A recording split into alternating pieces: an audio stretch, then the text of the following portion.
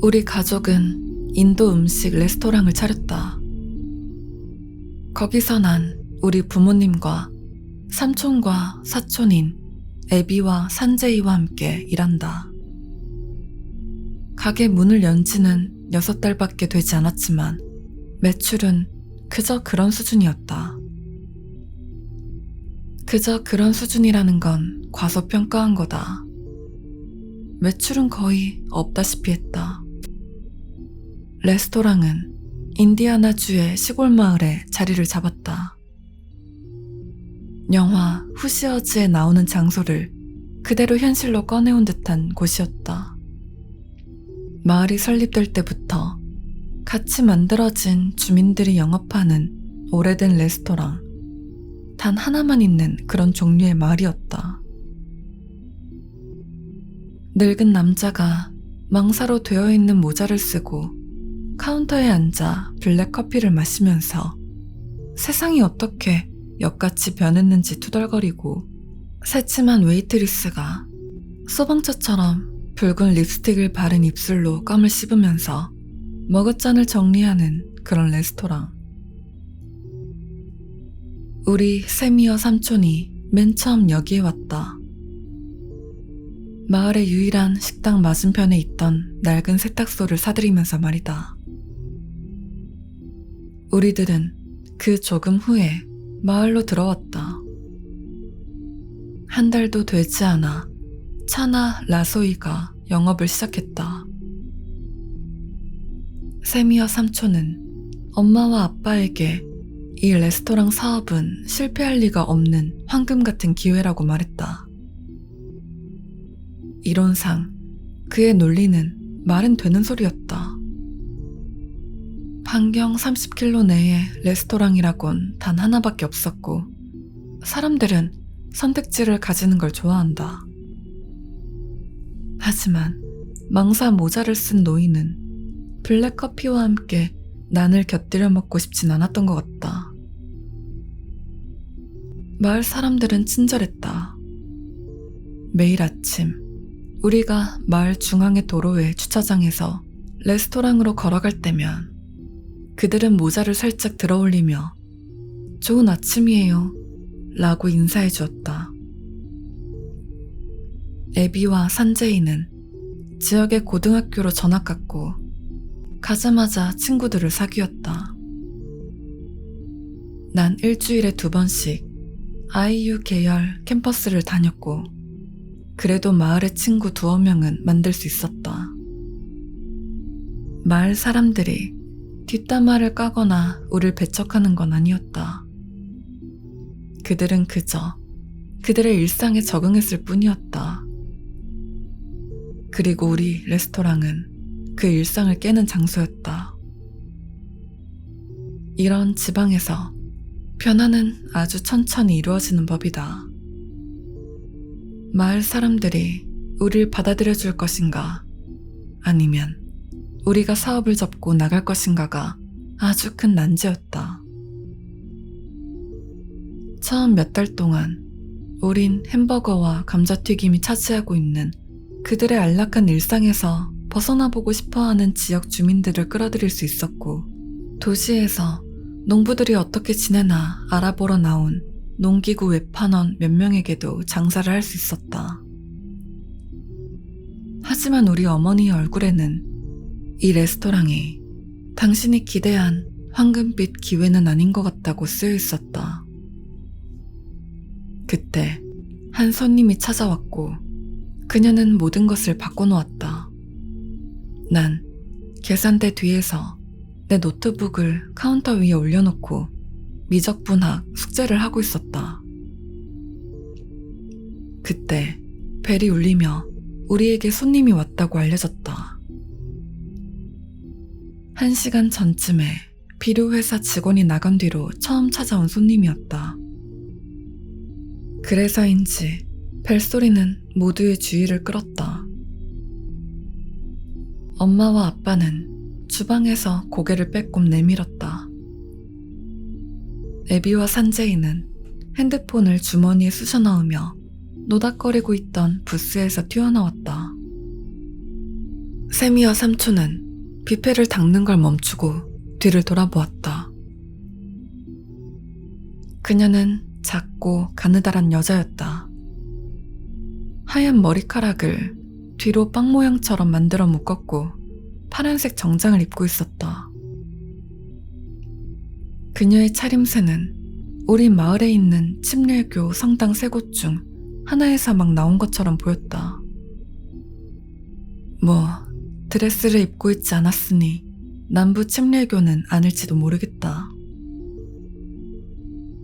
그녀의 피부는 거의 투명한 정도여서 난 월남쌈을 싸먹는 라이스 페이퍼를 떠올렸다. 그녀가 카운터 위에 있는 가네샤 조각상을 쓰다듬을 때 손등에 비치는 혈관은 강렬한 푸른색으로 보였다. 난 코끼리가 좋아요. 그녀가 말했다. 그 목소리는 너무나 작아서 거의 부서질 것처럼 들렸다. 난 그녀가 무슨 말을 하는지 들으려 몸을 앞으로 기울이고 있는 나 자신을 발견했다. 그녀는 미소 지으며 우리가 인도 전통 방식으로 벽에 걸어놓은 장식물로 가득한 카운터 주위를 둘러보았다. 여긴 뭐가 맛있나요? 전부 다요.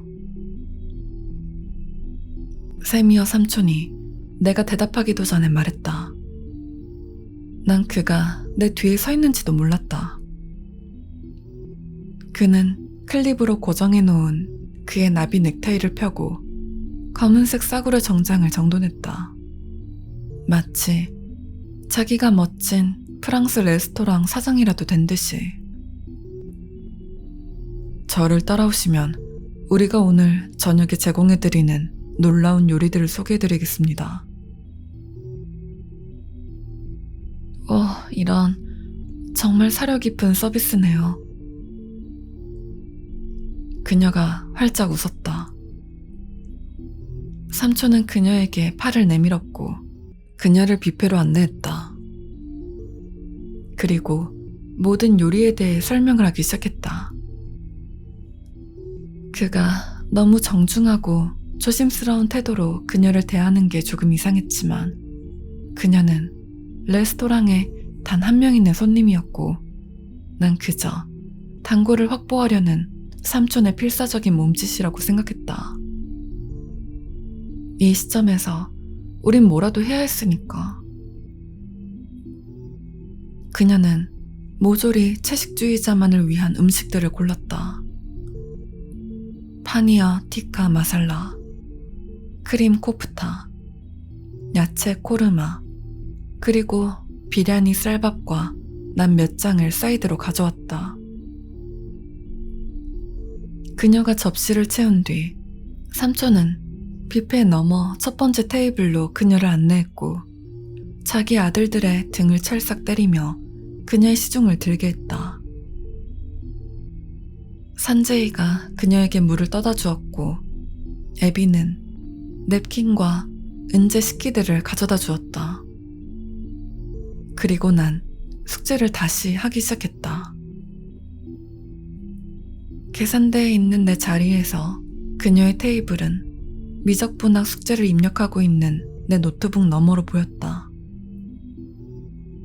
그리고 내가 그녀를 흘끗 볼 때마다 그녀는 날 보며 미소 짓고 있었다. 난 그녀를 무시하려 했지만 그녀는 나에게 손을 흔들어 주었고 난 공손하게 미소 지어 주었다. 그녀는 미소 지으며 고개를 끄덕였다. 그녀의 미소에는 뭔가 이상한 점이 있다. 뭔가 억지로 짓는 듯한. 순수하다고 하기엔 너무 입술을 볼 양끝으로 길게 찢고 있었다. 그녀는 고개를 숙이고 손가락으로 난 한 조각을 찢었다. 난 더 이상 눈을 마주치기가 싫어서 내 노트북을 옮겼다. 벨소리가 다시 울려 고개를 들어보니 삼촌이 단 한 명뿐인 우리 손님을 위해 문을 열어주고 있었다. 숙제에 집중한 나머지 시간 가는 줄 몰랐나 보다 라고 생각했는데 벌써 오후 9시였다. 폐점 시간이었다. 그녀가 지금까지 여기 있었단 말이야. 오늘 모든 것이 만족스러우셨길 바랍니다. 삼촌이 손을 그녀에게 건네며 공손하게 말했다. 삼촌의 행동은 이상했다. 그가 이렇게 손님들에게 예의 바르게 대했던 적은 없었다. 심지어 함께 식사할 때마다 이름을 불러주던 비료회사 직원에게도 이렇게 대하진 않았다. 정말 즐거운 시간이었어요. 그녀가 삼촌의 손을 감싸시며 말했다. 그녀의 고양이 같은 미소가 더욱더 짙게 벌어졌다. 그녀는 그에게 고개를 숙이라고 손짓했고 삼촌은 그대로 떨었다. 그리고 그 여자는 삼촌의 귀에 무언가를 속삭였다. 그녀가 뭐라고 말했는지 듣지는 못했지만 삼촌의 얼굴 표정은 볼 수 있었다.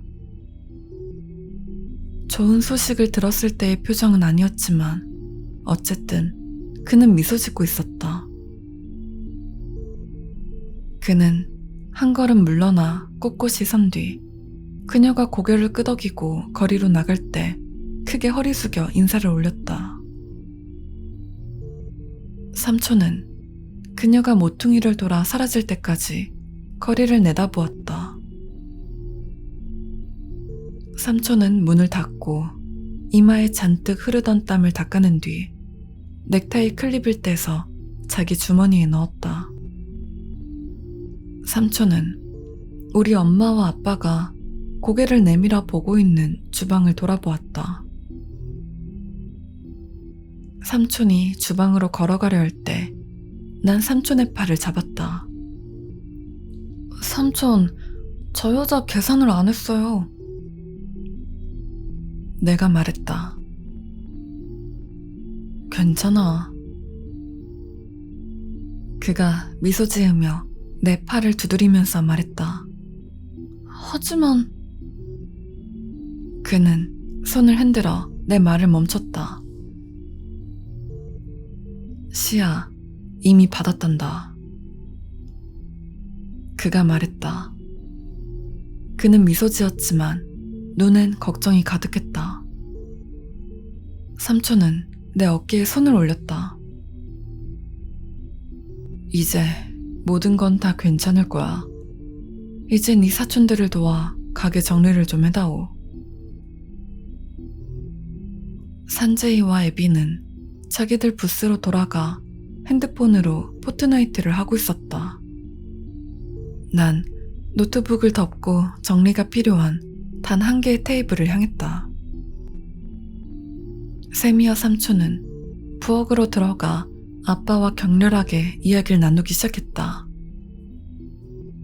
난 무슨 말이 오가는지 들어보려 했지만 엄마가 목소리를 낮추라고 둘에게 잔소리를 하는 소리만 들릴 뿐이었다. 그 여자가 앉아있던 테이블에는 아주 깨끗하게 먹은 접시 딱 한 개와 반쯤 마신 물컵 하나만 있었고 치울 건 거의 없었다.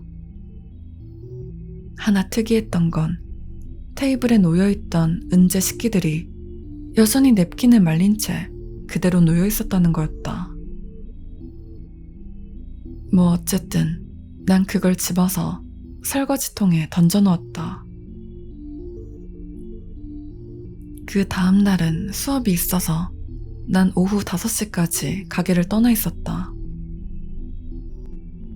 내가 레스토랑에 도착했을 때 가게엔 손님이 10명 정도 있었다. 10명이라니 우리 레스토랑은 하루에 5명의 손님을 받기도 힘들었다. 10명은 엄청난 일이었다. 내가 계산대로 들어가자 한 커플이 계산을 하러 다가왔다. 돈을 받으며 내 눈은 어제 그 여자를 쫓고 있었다. 푸른색 정장을 입고 하얀 머리를 뒤로 묶은 채 같은 테이블에 앉아 있었다. 그녀는 날 바라보며 미소 짓고 있었다. 난 그녀가 난 한 조각을 찢어 아빠가 가장 자신 있어 하는 팔락 파니어를 떠먹는 걸 보았다. 그녀는 그걸 입으로 집어넣었지만 눈은 한순간도 날 떠나지 않았다. 난 헛기침 소리를 들었다. 돌아보니 내 앞에서 어떤 남자가 계산을 하려고 카드를 내밀고 있었다. 아, 정말 죄송합니다. 난 미소 지으며 카드를 받아들었다. 내가 한눈을 팔았음에도 그들은 팁 넣는 병에 $5를 넣어주고 떠났다. 게다가 우린 팁 넣는 병도 있었다. 안에 팁이 들어있는 채로. 벨이 울리고 3명이 가게로 들어왔다. 세미와 삼촌은 흥분한 채로 나에게 엄지를 치켜 올려주곤 그들을 부스로 안내해 주었다. 4번 테이블 정리하는 것 좀 도와주겠니? 삼촌이 그들을 테이블에 앉히면서 말했다. 난 산제이가 사용한 접시들을 설거지통에 쌓아 올리고 있는 곳으로 걸어갔다. 냅킨을 갈고 휴지통을 비웠다. 언제부터 이랬던 거야? 내가 물었다. 하루 종일. 그가 대답했다. 완전 미쳤어. 우린 아직 한 번도 쉰 적이 없어. 그녀는 어때? 난 고갯짓으로 그 여자 쪽을 가리키며 물었다. 산제이는 고개를 저었다. 애비 말로는 자기가 3시에 왔을 때부터 여기 있었대. 아빠는 아무 말도 안 해. 그냥 열심히 일하라고만 하고. 내 생각에 저 여자 하루 종일 여기 있었던 것 같아. 뷔페에 음식을 뜨러갈 때만 일어나고 그 외엔 먹기만 해. 그가 대답했다. 또 은재 식기는 안 쓰고 말이지. 애비가 우리 뒤로 지나가면서 말했다. 항상 전통적인 방식으로만 먹어. 우리 셋은 모두 그녀의 테이블을 바라보며 그녀가 난 한 귀퉁이를 찢어 그걸로 음식을 조금 떠먹는 모습을 지켜보았다. 찢어서 떠서 씹는다. 우린 그녀가 이걸 2번 반복하는 걸 보았다. 하지만 3번째 순간 그녀는 난을 반쯤 찢다 우리가 있는 방향으로 고개를 천천히 돌렸다. 우린 재빨리 테이블을 정리하는 모습으로 돌아갔다. 저 여자는 밥도 똑같이 먹어. 애비가 낮은 목소리로 덧붙였다. 문에서 벨소리가 들렸다. 산제이는 여긴 내가 처리할게 라고 하듯 고개를 끄덕였고 난 문을 열고 들어온 커플을 안내하러 갔다. 그날 밤 난 노트북을 펼쳐보지도 못했다. 내일까지 해야 하는 리포트를 써야 하는 나로서는 고달플 수밖에 없었다. 난 일이 끝나고 하기로 마음먹었다. 하지만 끝나기 직전까지도 우린 너무나 바빴다. 9시가 되자 팁 넣는 병은 완전히 지폐로 꽉꽉 채워져 있었고 마지막 손님은 그 무더기 위에 몇 달러를 더 올려놓고 갔다. 뭐 마지막 손님은 아니었다. 그 여자는 아직 여기에 있었다. 다른 모든 손님들이 떠나자 삼촌은 그 여자의 작은 등에 손을 대며 문 쪽으로 그녀를 안내했다. 그녀의 푸른 정장 정면은 그녀가 오늘 먹은 카레와 마살라 소스에 노랗고 주황색의 얼룩들로 가득했다. 모든 것이 마음에 드셨기를 바랍니다. 삼촌이 그녀를 문으로 안내하며 말했다. 삼촌, 그분은 계산을 하시겠죠? 내가 말했다. 삼촌의 고개가 날 향해 확 하고 돌아갔다. 삼촌은 크게 놀란 듯 눈을 부릅떴다. 왜요? 다른 모든 손님들은 계산을 한다고요. 왜 그녀는 계산을 안 해요? 방 안에 모든 소리가 삼켜진 것처럼 느껴졌다. 난 우리 부모님 두 분 다 내다보고 계신 주방을 돌아보았다. 그들의 눈도 삼촌처럼 크게 치켜뜨여 있었다. 산제이와 애비의 얼굴엔 나와 같은 혼란스러운 표정이 떠올라 있었다. 그 여자는 날 향해 돌아섰다. 그녀는 눈을 가늘게 뜨면서 항상 짓고 있는 커다란 미소 역시 얼굴에 띄었다. 이 안마이가 널 대신해 말한 거냐? 그녀가 날 응시하면서 말했다. 안마이는 여자애를 뜻하는 인도 남서부에서 사용되는 언어였다. 그녀가 그걸 어떻게 알고 있는 걸까? 우리 부모님이 뒤에서 달려나와 날 한쪽으로 밀어냈다. 아빠가 여자에게 깊이 고개를 숙였다. 깊이 사죄드립니다. 아빠가 말했다. 아빠의 목소리는 애원하듯 떨리고 있었다. 이 아이는 여기서 태어났습니다. 아무것도 알지 못합니다. 아빠가 덧붙였다. 다야세 씨. 아빠는 또다시 깊이 고개를 숙였다. 엄마도 내 머리를 손으로 누르며 함께 고개를 숙였다. 엄마. 난 여전히 이 모든 것이 혼란스러워 말했다. 조용히 하렴, 씨야. 엄마가 내 등을 손으로 쳤다. 불편한 침묵이 뒤따랐다. 오직 엄마와 아빠의 떨리는 숨소리만이 들릴 뿐이었다. 그들은 이 여자를 두려워하고 있었다. 내가 지금까지 본 그 어떤 것보다 더욱. 우린 그렇게 몇 분 동안 고개를 숙이고 있었다.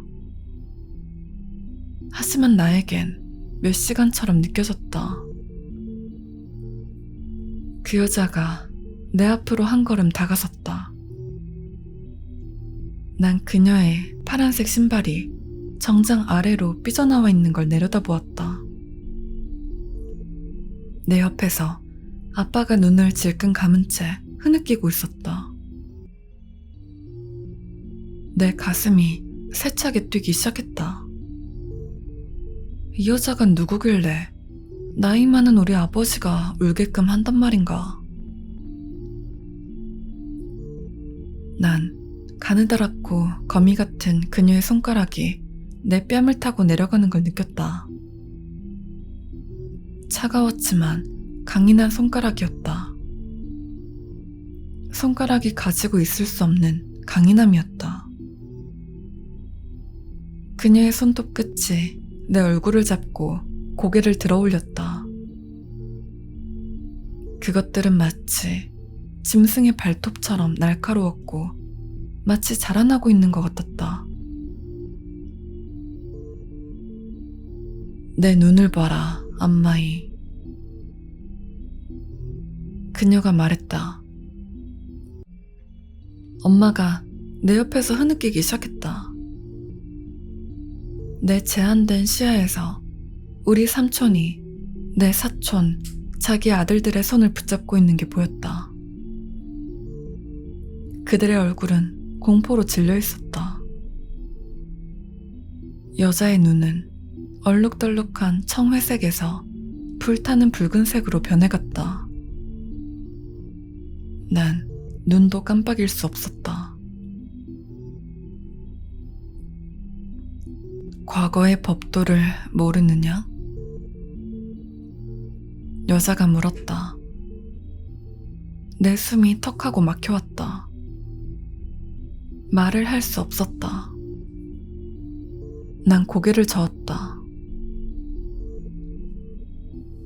네 잘못이 아니다, 안마이. 이런 것들을 가르치지 않은 네 부모의 죄다. 잘못은 그들에게 있다. 그녀가 말했다. 제가 제 가족을 제대로 돌보지 않았습니다. 죄를 물으시려면 저에게 물으십시오. 아빠가 자기 손을 내밀었다. 여자가 그 손을 잡아 엄지손가락으로 아빠의 손바닥을 문질렀다. 오늘 내가 먹은 팔락 파니어를 만든 손이 이 손이냐? 그녀가 말했다. 아빠가 고개를 숙인 채 끄덕였다. 집안의 비법으로 만들었습니다. 그녀는 손을 놓아주었다. 내일 다시 만들어주길 바란다. 그녀가 말했다. 그리고 우리 엄마 앞에 섰다. 덜덜 떨면서 엄마가 손을 내밀었다. 여자가 아빠의 손을 잡았던 것처럼 엄마의 손을 받아들었다. 엄마는 울고 있었다. 난 엄마의 다른 손을 잡았다. 엄마, 이게 무슨 일이에요? 내가 물었다. 엄마가 날 바라보자 내 눈에도 눈물이 고이기 시작했다. 괜찮을 거야, 씨야. 엄마가 말했다. 하지만 그 목소리는 자신도 그걸 믿지 못하는 듯 떨렸다. 난 여자의 거미 같은 손가락이 내 뺨을 다시 어루만지는 걸 느꼈다. 여자는 내 고개를 들어 올렸다. 넌 보아야 한다, 안마이. 여자가 말했다. 난 여자의 위턱에서 거대한 두 개의 송곳니가 자라나 아랫 입술을 찢으며 내려오는 걸 공포에 떨며 지켜보았다. 몸이 변하는 중에 그녀는 신음소리를 내뱉었다. 그녀의 몸이 3배는 커지면서 푸른색 정장이 늘어나 솔기 부분이 모조리 터지며 그 거대한 육체에 너덜거리며 매달렸다. 작은 여자는 사라졌다. 그 자리엔 2미터가 넘는 괴물이 서 있었다. 그녀의 주름지고 투명한 피부는 이제 근육질의 몸을 감싸며 팽팽하게 펴졌고 푸른 빛깔을 띠고 있었다.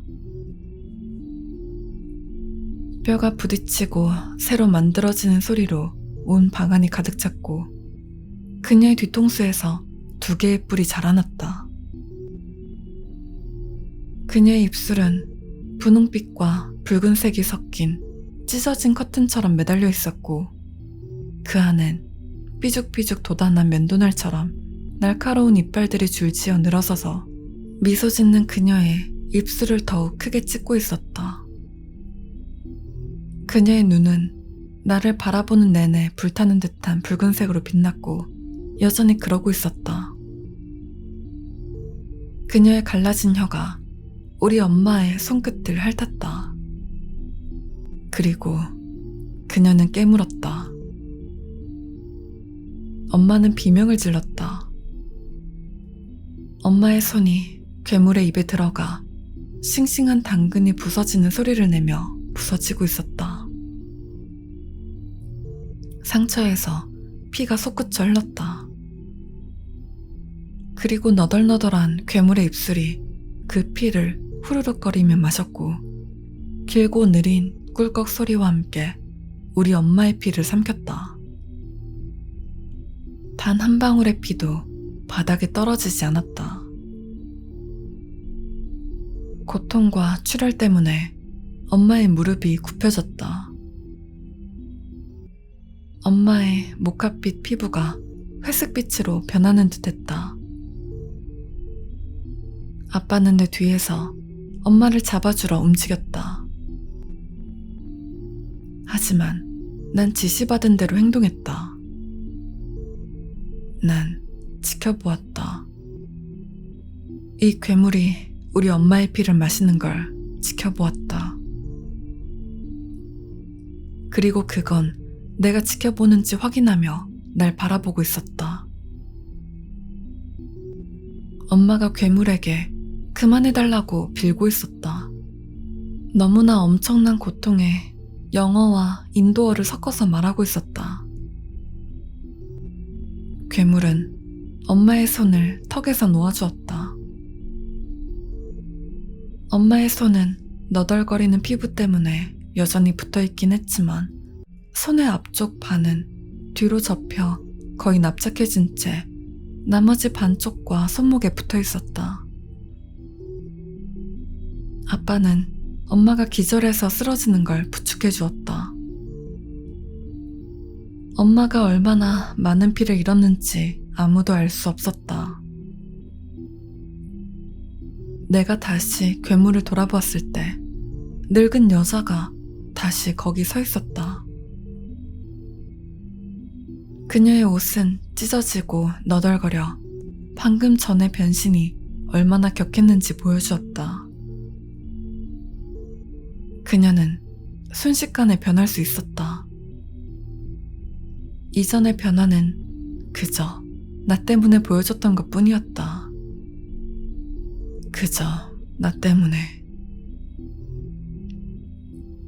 깨달음이 내 배에 벽돌을 집어넣은 것처럼 내 속을 내리눌렀다. 이 모든 건 내 잘못이었다. 우리 엄마는 나 때문에 죽어가고 있었다. 자, 소녀여. 그녀는 살 수 있을 것이다. 내가 묻고 싶은 건 네가 교훈을 얻었냐는 거지. 난 고개를 끄덕였다. 좋아. 그녀는 내 머리를 두드려 주었다. 그녀는 우리 삼촌을 지나 걸어갔다. 삼촌은 여전히 자기 아들들을 몸에 꽉 붙든 채로 문을 열어주었다. 산제이는 아버지의 팔에 안겨 덜덜 떨고 있었다. 애비는 긴장증이 도져서 머리와 턱을 한쪽으로 늘어뜨리고 있었다.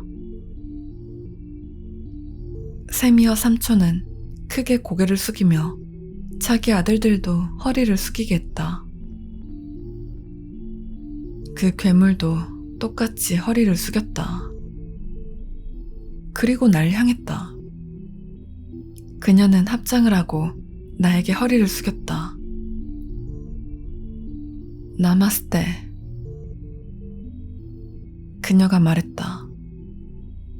난 그녀의 동작을 그대로 따라하며 나마스테라고 대답했다. 문의 벨이 짤랑거리는 소리와 함께 그녀는 떠났다. 그녀가 모퉁이를 돌 때까지 아무도 움직이지 않았다. 시아, 얼음이랑 수건 좀 부엌에서 가져오너라. 아버지가 엄마를 어깨로 받치며 말했다. 그리고 물도 가져오고. 난 얼어붙어 있었다. 움직일 수 없었다. 시아. 난 아버지를 바라보았고 엄마를 바라보았다. 고개를 끄덕이곤 주방으로 달려가 수건 몇 개와 얼음 양동이를 들고 탄산음료 코너로 달려갔다. 난 양동이를 얼음으로 채우고 음료 대신 물로 컵을 가득 채웠다. 오렌지 주스가 더 좋을 거야. 산재이가 말했다. 그의 얼굴엔 눈물 자국이 남아있었다. 엽산이 출혈에 좋대. 주방에서 가져올게. 고마워. 내가 돌아왔을 때 아버지는 엄마의 다친 손에 수건을 감고 얼음을 대고 있었다. 난 수건으로 얼음을 감싼 뒤 엄마의 얼굴을 닦아주었다.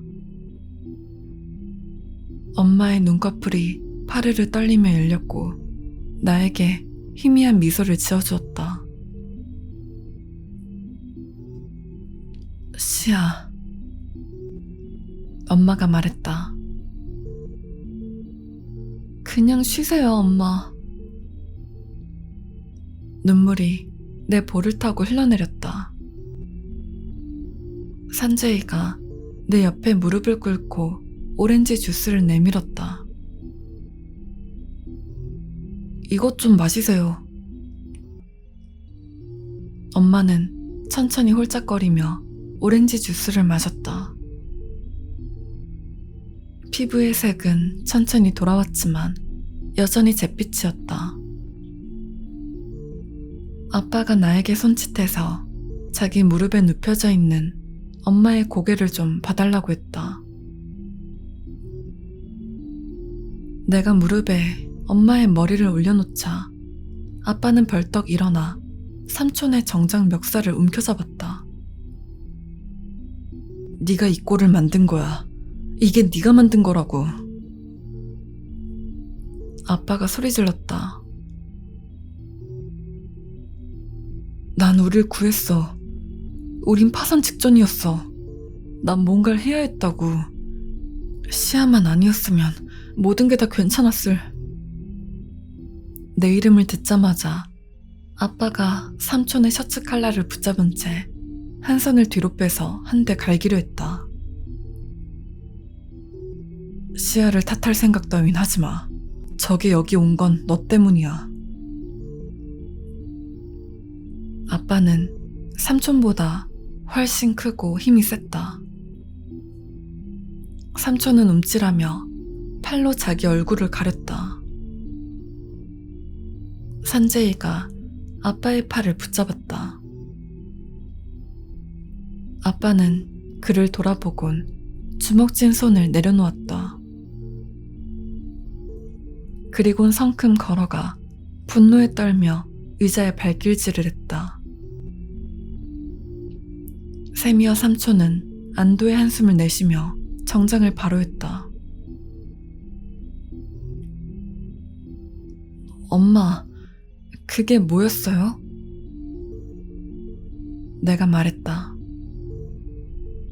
엄마는 아빠를 바라보았고 아빠는 고개를 끄덕였다.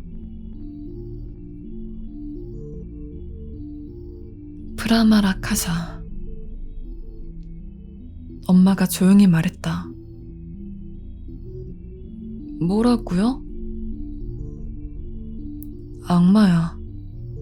브라만이 그들의 지식을 어두운 목적으로 남용했을 때 그들의 영혼이 저주받아 변한 존재야. 브라마가 그들에게 저주를 내렸고 그들은 죽어서도 안식을 얻지 못하는 악마가 되었대. 산재이가 말했다. 하지만 누군가 그들의 호의를 얻어낸다면 그들은 그 누군가를 부자로 만들어주지. 오늘 일어난 일이 바로 그거다. 그 많았던 손님들을 봐라. 어디서 그 사람들이 왔다고 생각하니? 세미어 삼촌이 말했다. 아빠는 듣지 않고 있었다. 넌 이 짓을 하면 안 됐어. 네 행동이 낳은 결과를 봐. 내 아내를 보라고. 아빠는 주먹을 치켜들고 다시 세미어 삼촌에게 돌아섰다. 산제이가 그들 사이에 서서 아빠를 멈춰 세우려 온 힘을 쓰며 막았다. 그만 싸워요. 엄마는 병원에 가야 한다고요. 내가 비명질렀다. 아빠가 돌아서서 날 바라보고 엄마를 쳐다보았다. 아빠는 고개를 끄덕이곤 여전히 충격받아 멍하게 있는 애비에게 다가갔다. 아빠는 애비의 얼굴 앞에 손가락을 몇 번 튕겼다. 애비는 올려다보았다. 아빠는 애비의 손에 자동차 열쇠를 쥐어주었다. 차 좀 앞에 대놔라. 애비는 고개를 끄덕이고 주방에 있는 뒷문으로 향하려 했다. 그가 주방으로 들어가는 스윙 도어에 다다르기도 전에 현관의 벨이 울렸다. 애비가 얼어붙었다.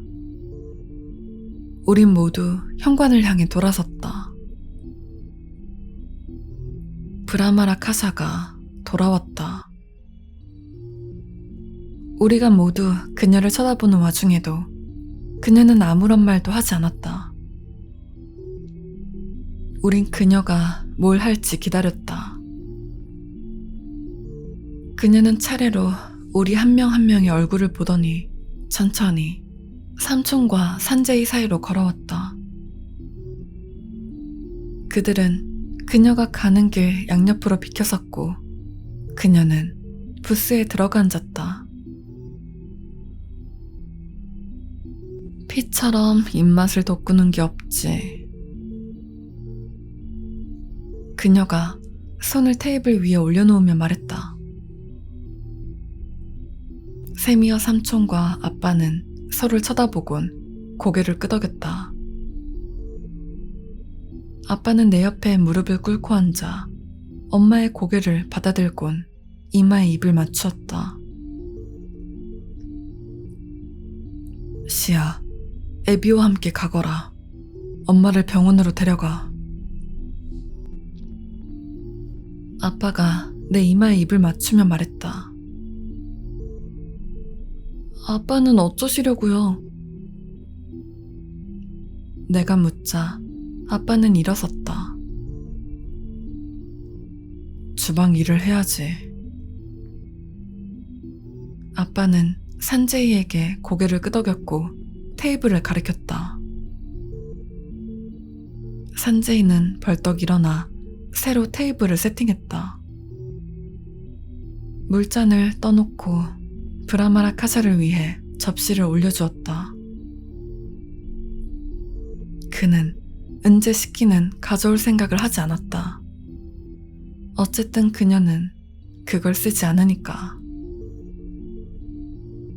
그녀는 고개를 끄덕이고 그에게 미소를 지어준 다음 접시를 가지고 뷔페로 걸어갔다. 그녀는 염소고기 카레를 한 스푼 떠서 접시에 올려놓았다.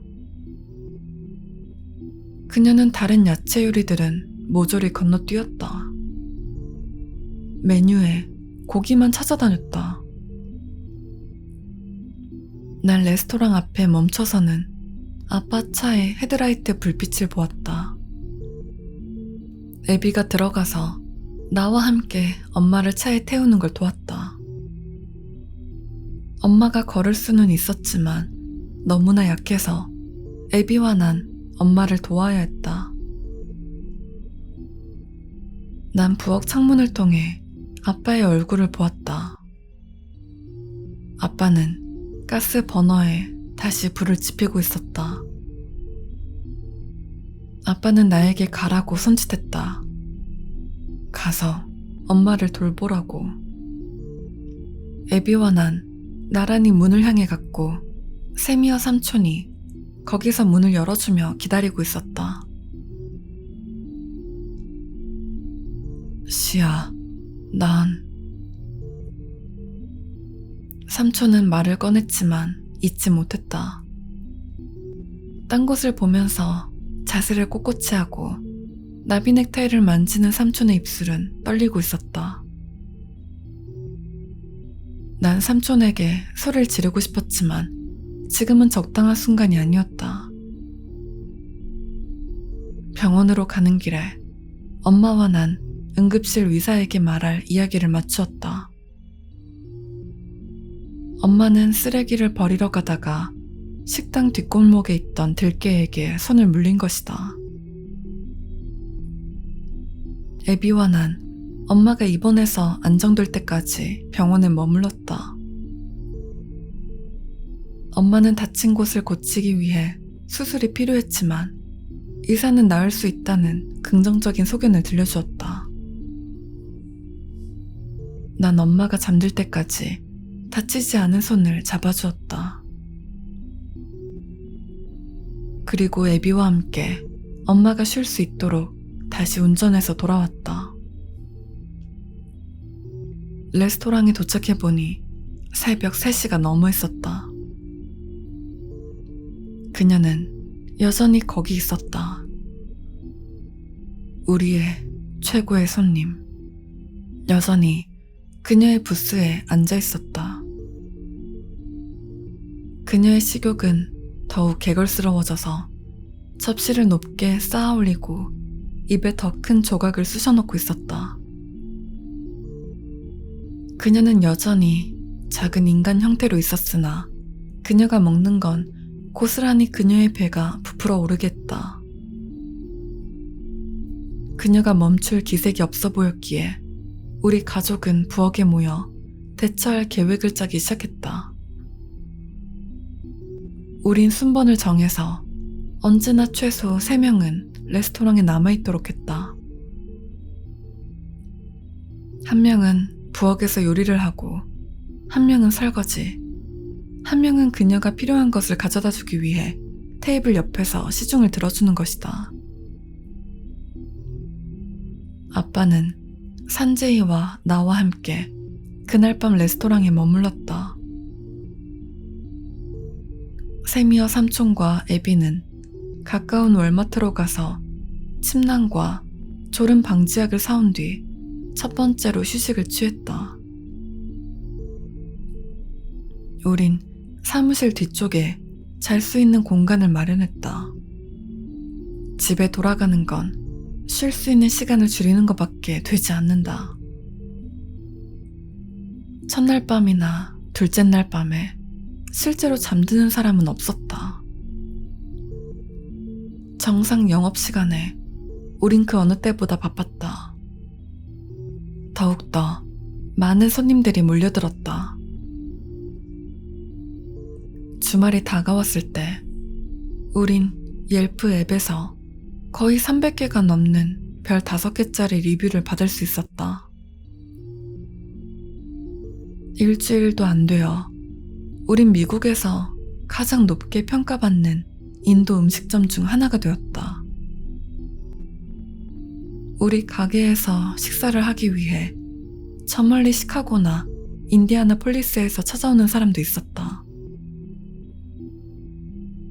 우린 마침내 성공했다. 하지만 그 모든 이유는 우리의 배고프고 항상 가게에 존재하는 손님을 위해 쓰였다. 우린 여전히 간신히 파산을 면하는 정도였다. 우린 그녀를 먹이기 위해 계속 가게를 열어놓는 수밖에 없었다. 엄마가 병원에서 퇴원했을 때 우린 엄마를 위해 뒤에 보금자리를 만들어 주었다. 엄마의 손은 낳고 있었지만 여전히 한 손밖에 쓸 수 없었다. 우리 계획은 엄마가 다시 기력을 찾을 때까지 적은 시간만 일을 도와주도록 하는 거였다. 세미와 삼촌은 브라마라카샤가 우리 엄마를 공격한 날 이후로 최대한 날 피하려 했다. 우리 둘만 있을 땐 삼촌은 방 안에 있으려 하지도 않았다. 내가 부엌에 들어가면 삼촌은 레스토랑 현관으로 갔다. 내가 사무실로 들어가면 삼촌은 나가야 할 이유를 찾아내곤 했다. 우린 같은 시간에 잔 적도 없었고 삼촌은 나와 반대 시간에 일을 하려고 온갖 애를 썼다. 난 여전히 삼촌에게 소리를 지르고 그놈의 나비 넥타이를 찢어서 목구멍에 쑤셔 넣어주고 싶었다. 하지만 우린 해결해야 할 더 크고 배고픈 문제가 있었다. 삼촌과의 일은 잠시 미뤄둬야 했다. 난 학교에 나가는 것을 그만두었다. 우린 멈출 줄 모르는 괴물을 먹이기 위해 24시간 일해야 했다. 그녀의 입맛에 맞지 않는 건조된 음식은 부서져 그녀의 정장 앞쪽에 쌓였다. 그러면 그녀는 악취를 풍기기 시작했다. 최소한 난 그게 음식이라고 생각했었다. 그녀가 더 먹어치울수록 그녀의 몸은 더욱 부풀어 올랐다. 처음에 작고 가느다란 늙은 여인은 이제 짤막하고 뚱뚱한 노인으로 바뀌었다. 그녀가 계속해서 커질수록 주름이 자글자글하던 그녀의 얼굴과 손의 가죽은 점점 더 퍼졌다. 하지만 그녀의 라이스 페이퍼 같은 피부색은 갈수록 더 투명해지는 것 같았다. 우린 모두 지치고 피곤했다. 브라마라카샤를 제외한 우리 모두가. 그녀는 언제나 배고팠고 언제나 먹고 있었다. 아빠는 우리가 계속 그녀를 행복하게 먹인다면 그녀는 언젠가 제 발로 나갈 거라고 했다. 하지만 벌써 이주나 되었고 그녀의 식욕은 멈출 줄을 모른다. 우린 모두 너무나 피곤하다. 우리가 얼마나 더 이렇게 살 수 있을지 모르겠다.